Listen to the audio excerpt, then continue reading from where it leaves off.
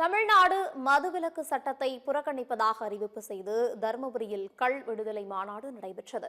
அரசியலமைப்பு சட்டம் வழங்கியிருக்கும் உரிமையின்படி கள் தடை நீக்க வலியுறுத்தி தருமபுரி மாவட்டம் மாட்லாம்பட்டியில் கள் விடுதலை மாநாடு நடைபெற்றது.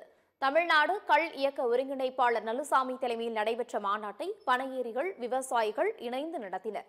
மாநாட்டில் பங்கேற்ற அனைவரும் பனை ஓலையில் பானங்கள் ஊற்றி அருந்தினர்.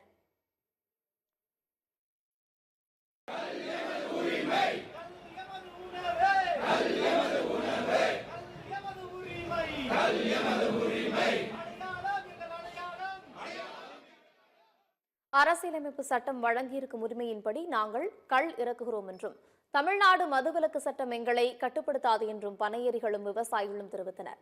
கள்ளில் கலப்படம் செய்பவர்கள் மீது தமிழக அரசு நடவடிக்கை எடுக்க வேண்டும் என்றும், கள்ளை மதுவிலக்கு சட்டத்தில் இருந்து நீக்கி தமிழ்நாடு உணவு பாதுகாப்புத்துறையின் கீழ் கொண்டுவர வேண்டும் எனவும் தீர்மானம் நிறைவேற்றினர். உலகத்திலேயே எந்த நாட்டிலும் கல்லை இறக்குவதற்கு, பருகுவதற்கு, விற்பதற்கு தடை கிடையாது.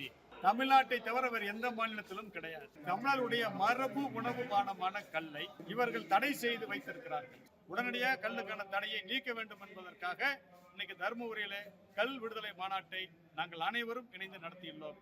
எனவே கல்லுக்கான தடையை உடனடியாக திமுக விலக்க வேண்டும் என நாங்கள் கேட்டுக்கொள்கிறோம்.